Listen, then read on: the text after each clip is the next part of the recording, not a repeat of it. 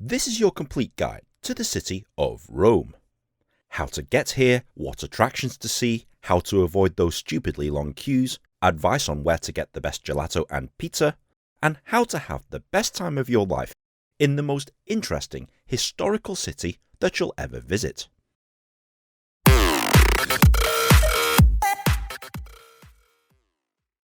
Ladies and gentlemen, welcome to the Eternal City. As you're probably aware, Rome is the capital city of Italy and was once the epicenter of the Roman Empire. But it's also home to Vatican City, the smallest country in the world. This is the de facto head of the Catholic Church, and millions of people make the pilgrimage to Rome every single year. And it's definitely true what they say. No matter what street you go down in Rome, there's always something interesting to look at. This is a pretty massive city with a lot of historical sites and attractions, so where do you begin? Well, let's start by looking at a map of Rome. As you can see, pretty much everything is everywhere. My advice to you is to split up your trip to Rome in these specific coloured areas. This ensures that you see everything that Rome has to offer without needlessly traversing the city many times over. If you're flying internationally, you'll come across one of either two airports: Fiumicino, which is the main airport, and Ciampino, which is the smaller of the two. I'll leave detailed instructions as to how to get to the centre of Rome from these airports towards the end of the video. But with both airports, you'll most likely end up at Termini Station. This is the main train station that services Rome. From Termini Station, you can get just about anywhere in the city. The best way to do this is to go to one of the ticket booths and buy yourself an all-inclusive travel pass. This works on the Rome Metro, the buses, the trams, and some of the local trains, so it's definitely the easiest way of getting around the city. I'll explain more at the end of the video on how to actually use this pass, but suffice to say, it's mostly self-explanatory. So now that you've arrived, let's focus on this area south of Termini Station, and let's go to the most visited attraction in all of Rome: the Colosseum. Possibly the most famous amphitheatre in the world, and the symbol of Rome itself. It's about 2,000 years old, and in its heyday hosted over 50,000 spectators for plays or gladiatorial fights. It's a very interesting and historic place. Whilst you might have seen photos and videos on the internet or on TV, nothing prepares you for the sheer scale of this place. And I've got to admit, I was absolutely overwhelmed with this place. I genuinely can't believe that they've built this place 2,000 years ago without the aid of machinery. If you want my advice, pay for access to all areas of the Colosseum, which includes the arena floor, which is where I am now, and the underground down there. There's lots of places where you can learn all about the Colosseum, but bear in mind that this is the most visited attraction in the city, and it can get quite crowded with tourists and the like, so please bear that in mind. Even with the crowds, it's definitely a bucket list attraction that you don't want to miss if you're visiting Rome. Right outside the Colosseum, you'll find the Constantine Arch, which is good for a quick photo or video or two, and then you'll come across the Roman Forum and Palatine Hill. This is the epicenter of the ancient Roman Empire. Okay, it's in ruins right now, as you'd expect, but walking around these ruins is actually very interesting. You can see how the ancient Romans used to live 2,000 years ago, and the fact that most of it is still standing is pretty impressive. Be sure to climb up Palatine Hill for some of the best views of these Roman ruins that you'll ever see. If you are interested in visiting the Colosseum and you want a more detailed explanation, I've actually made a separate video right here. It's definitely worth watching because there's a lot that you need to know before you actually come here. One of the cool things about this particular area is that it's full of Roman ruins everywhere you go. For example, this place, Circo Massimo. But to be honest, you'll find that pretty much everywhere around here. Literally with every street that you go to, you'll find something that's ancient and ruined. So, if you're a bit of a history buff, this is pretty much the perfect destination for you. If you go east of the Colosseum, you'll find some equally interesting things. First of all, the Basilica di San Giovanni in Laterano. This, believe it or not, is the second largest church in the city, and is the official seat of the Bishop of Rome, aka the Pope. It doesn't look like much from the outside. It looks like a very fancy building with a very large orange building bolted to it, but when you go inside, you will be stunned at the sheer size of this place. Not only that, the amount of marble statues that are on display.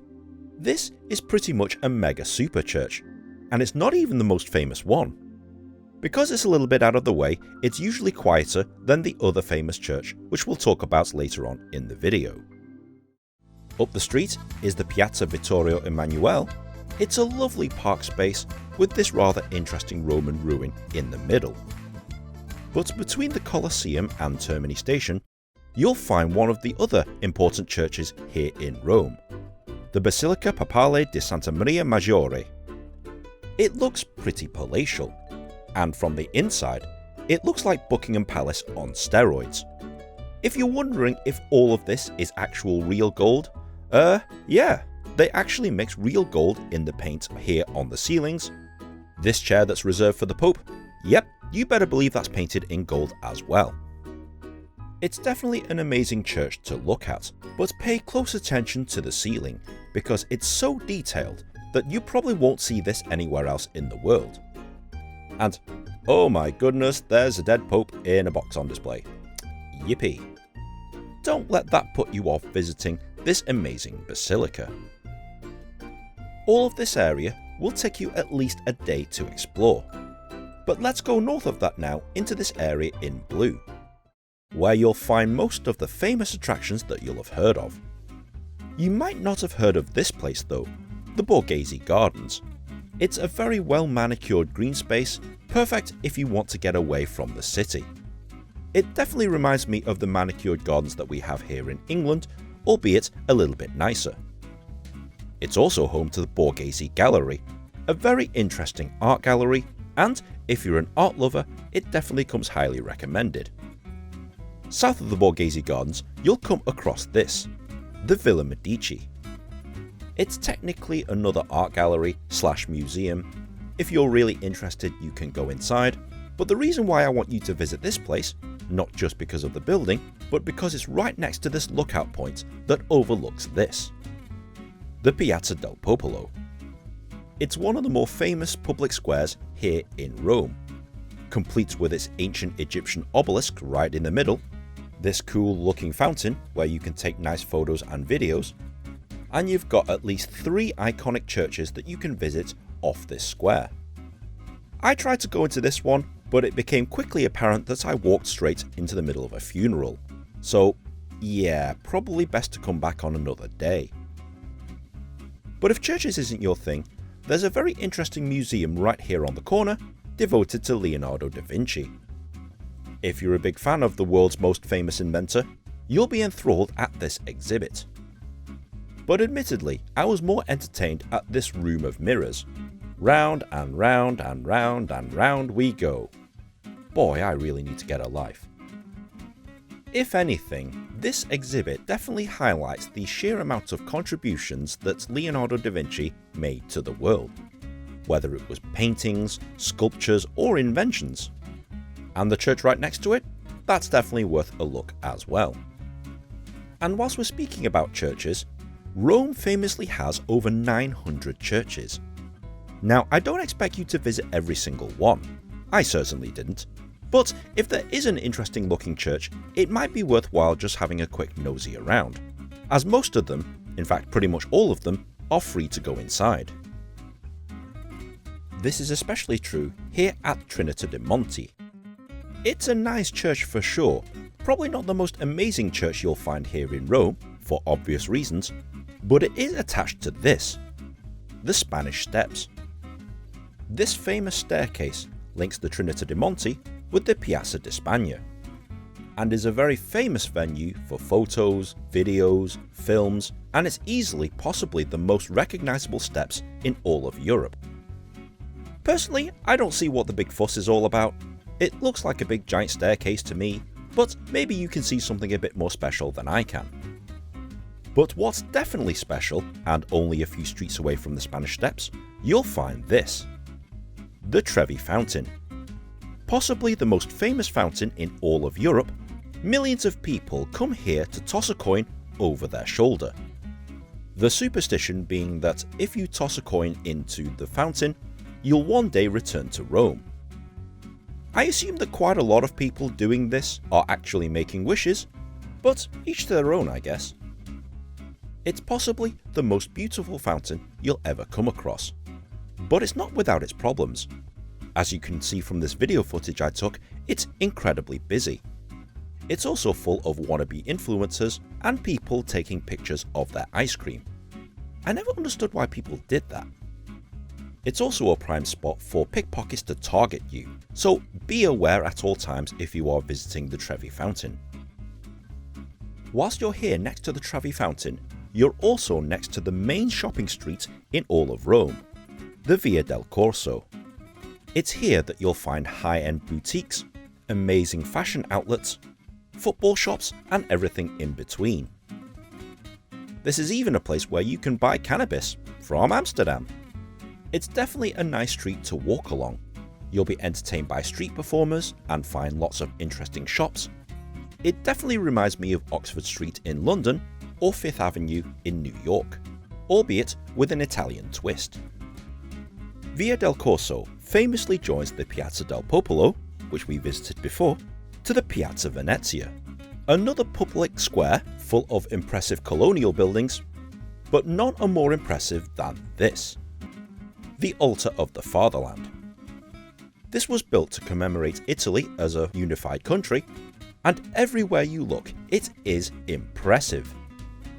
I mean, look at the sheer size of this place. The best time to visit this place is at sunset. The crowds aren't too busy, and you can watch the sun set and turn all of these lovely buildings into a nice peachy colour. Inside, you'll find this cool photographic gallery, which is free to enter of course, and behind the Altar of the Fatherland, you'll find the famous 3 palazzos, one of which banks onto the Roman Forum, which we visited earlier in the video. A creepy thing to do if you are in this particular area is to visit the Capuchin Crypt. It's yet another church and another exhibit, but there's also up to 3,600 dead Capuchin monks that are now permanently on display in bone format in this rather creepy underground crypt. Creepy, but cool at the same time. And as night falls, Rome becomes an even more beautiful city than it already is. If you go to some of the attractions that we've already visited at night, I guarantee that you'll fall in love with the architecture and scenery, and it makes for some amazing photos and videos. Speaking of which, let's visit the pink and purple areas of the map, where, believe it or not, you'll find the oldest church in all of Rome. The Pantheon. Now you're probably going to be asking me, hang on a minute Nin, isn't that the place with the hole in the roof? Why yes it is. They did this to basically save weight on the roof, aka to stop it collapsing. It also provides light, but also it acts as a ventilation system, particularly in summer, where the hot air rises and escapes out of the hole in the roof.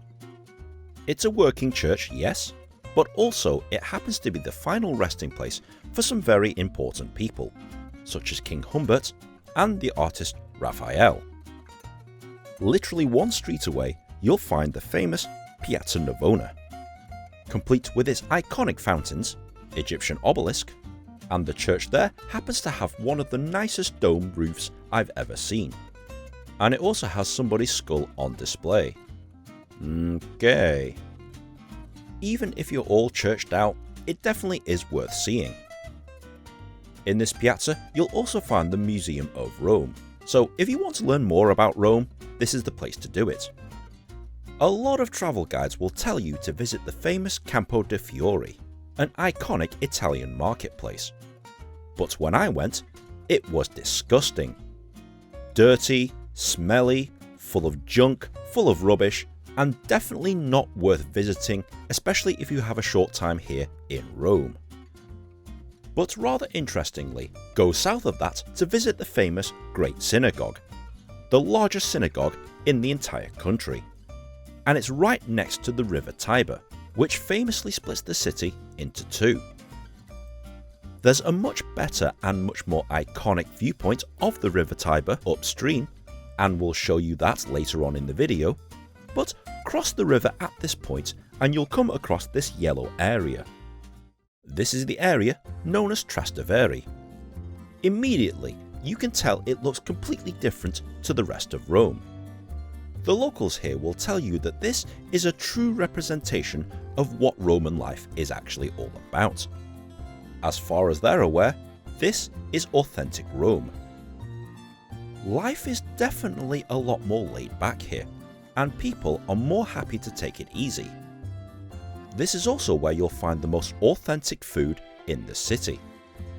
I can see why the locals like this area so much, because you get some amazing food at non-tourist prices.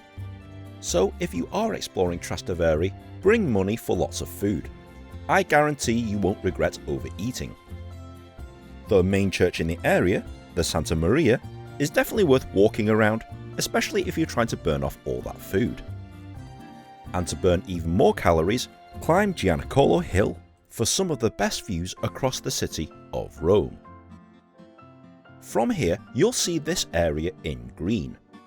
Believe it or not, this area will take you at least an entire day to explore, because this is the area that encompasses Vatican City.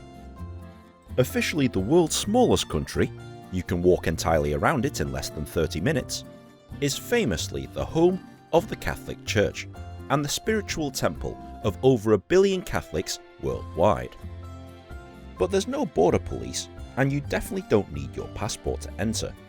You can walk freely in and out of Vatican City. There's plenty of things to see and do here in Vatican City, but I'll condense it down to these 4. The easiest to access is St. Peter's Square.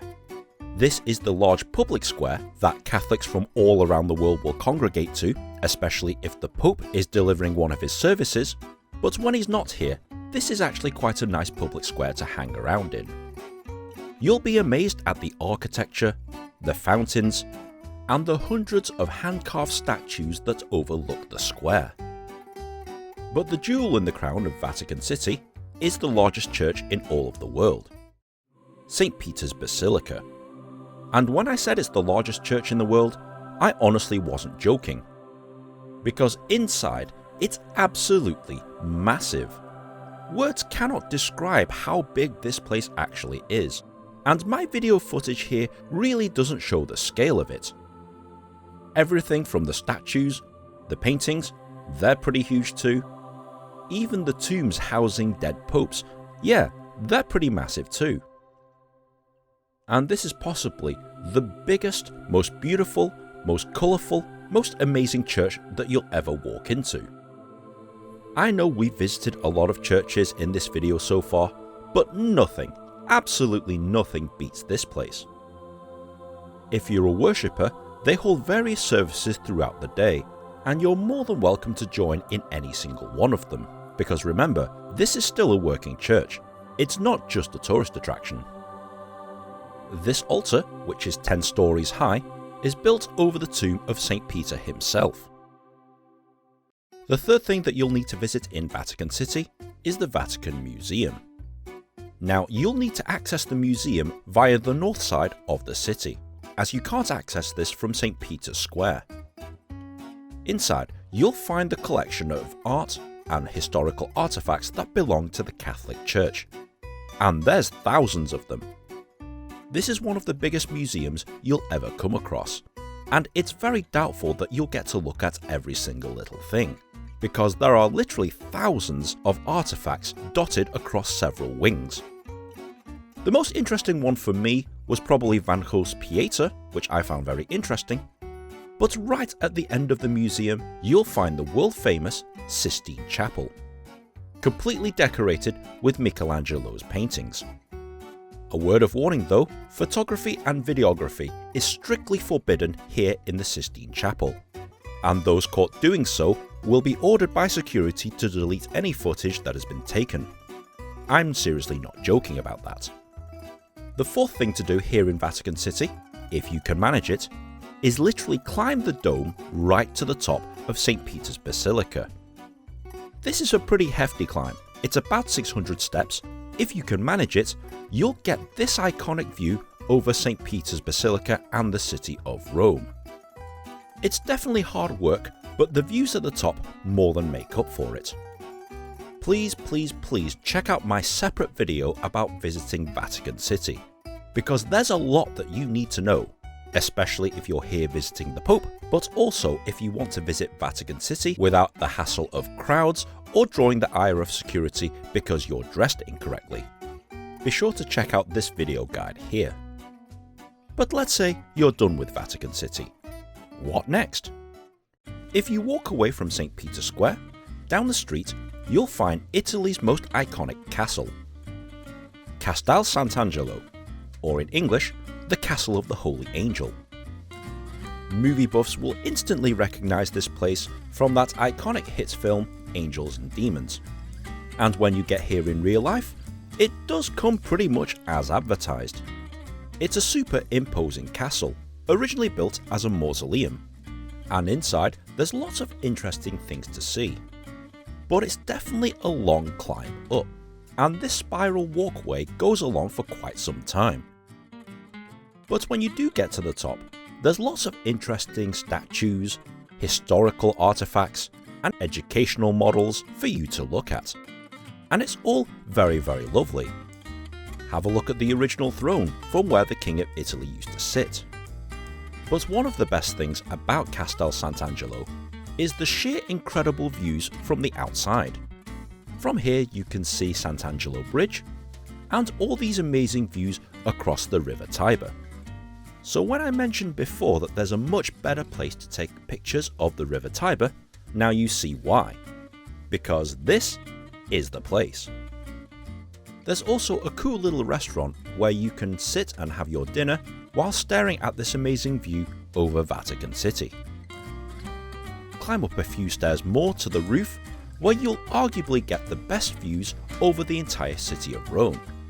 And you'll get to see the famous statue of the Sant'Angelo itself, possibly the most famous angel statue in the world. Before you leave Castel Sant'Angelo for good, walk along Sant'Angelo Bridge, where you'll be flanked by all of these angel statues, which you'll also recognise from Angels and Demons.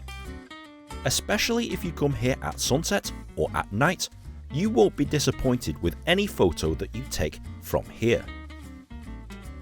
Believe it or not, that pretty much covers most of Rome, and if you follow this guide, you'll pretty much see everything that Rome has to offer within 3 or 4 days. But if you're willing to travel a little bit outside of Rome, and especially if you like sports, there's a place that you need to visit that's a short bus ride away. That place is the Stadio Olimpico. The venue for the 1960 Olympic Games is now a modern stadium that's home to the Italian national football and rugby teams, but is also home to 2 Serie A football clubs, SS Lazio and AS Roma. These 2 arch-rival teams absolutely hate each other, and if you get tickets for any of their games, it does come highly recommended. If there are no games on, you can actually do a stadium tour of the place. I'm not going to talk too much into detail about that because I made a separate video right here, so if you are interested in sports, check this out. There's a few other places that I haven't talked about in this video, and if you do come across them, they're probably worth checking out, but the ones I've mentioned so far in this video are the must-see and do things that you'll encounter here in Rome. And if you manage to touch on all of these during your trip to Rome, you've done really well. Overall guys, I think you'll agree that Rome is possibly the most interesting city that you'll ever come across. Whether it's the history, the culture, the churches, the food, the things to do, or the atmosphere, you'll definitely fall in love with this city. And if you are still umming and ahhing about whether or not to visit, don't hesitate. Book your trip now and I guarantee you won't regret it. Okay Nin, I'm sold. What do I need to do? Well, you need to come here to Rome. As mentioned in the beginning of the video, you'll probably fly into one of two airports, Fiumicino or Ciampino. If you're flying into Fiumicino, it's dead easy to get in and out of the city centre.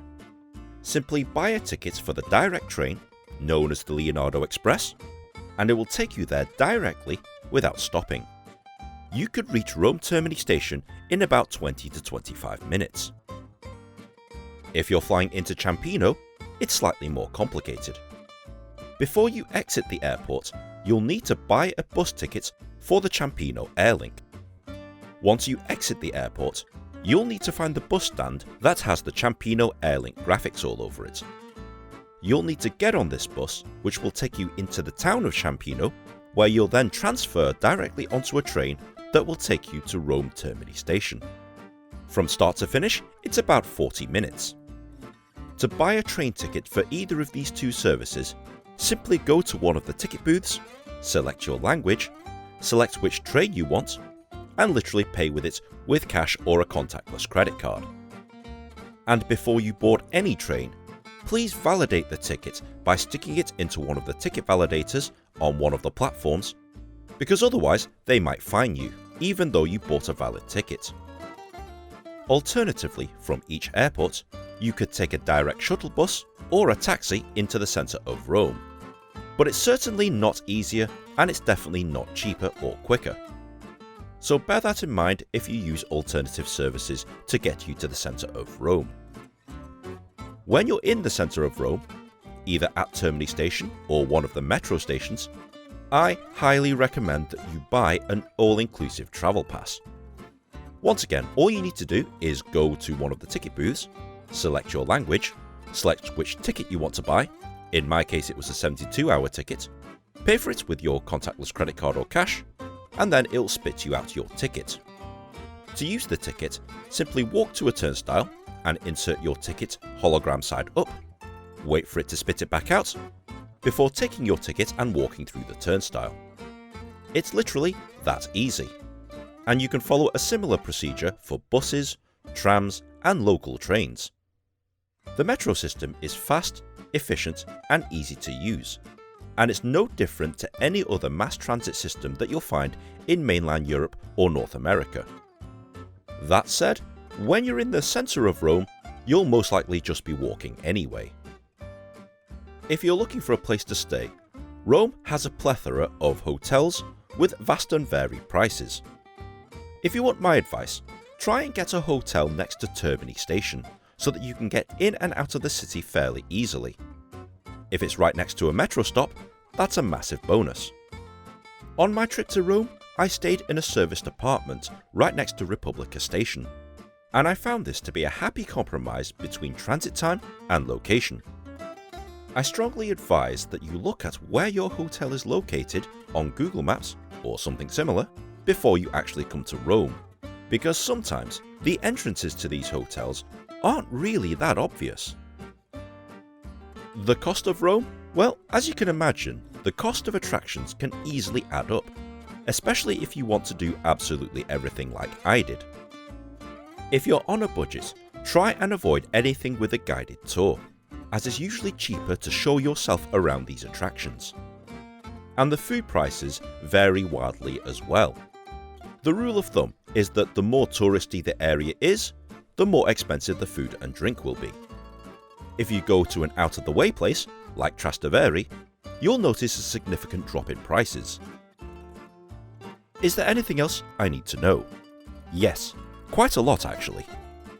The best way of avoiding the stupidly long queues, particularly at Vatican City, is to visit the attraction as soon as they open. In some cases, particularly at St. Peter's Basilica, they're open from 7 AM. So if you're able to get up at the crack of dawn and go to these attractions as they open, you'll thank me for when you can visit all these attractions without standing in a mile-long queue and be done with it all before everybody else turns up. wear the most comfortable clothing and shoes that you can, because you'll be doing a hell of a lot of walking. If you can be fashionable and wear comfortable shoes, that's great, but definitely pack a pair of trainers or running shoes when you're here visiting Rome. Speaking of clothing, various places will have a strict dress code, particularly at Vatican City, and the general rule of thumb is that knees and shoulders should be covered. They don't care how long you've been waiting in a queue, you will be turned away if you're not dressed appropriately at some of these attractions.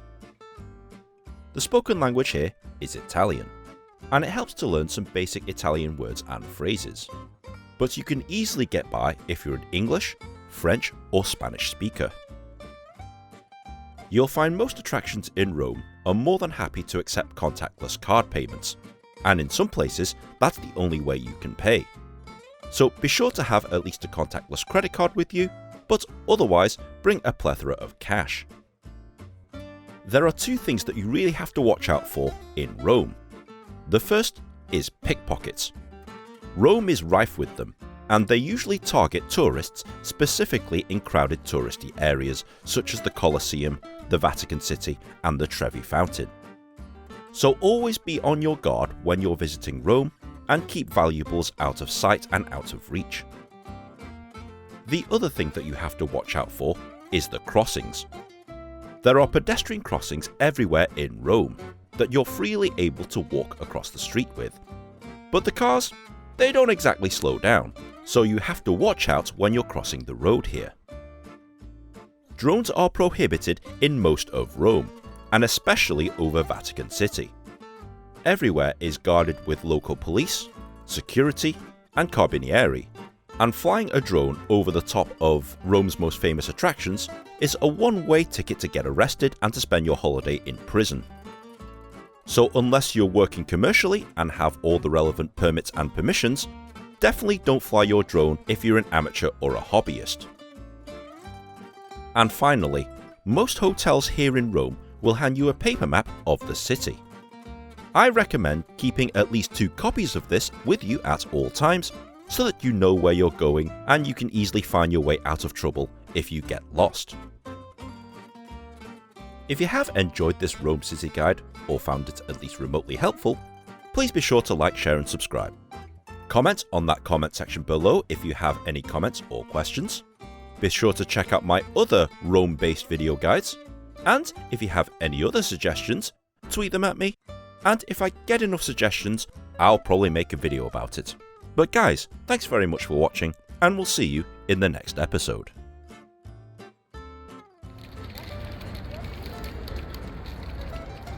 There's absolutely no queue here first thing in the morning.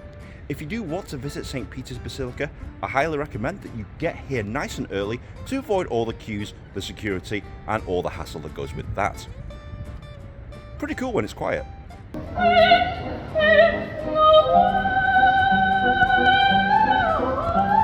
That was a hell of a climb, but the view from the top here over St. Peter's Square makes it totally worth it.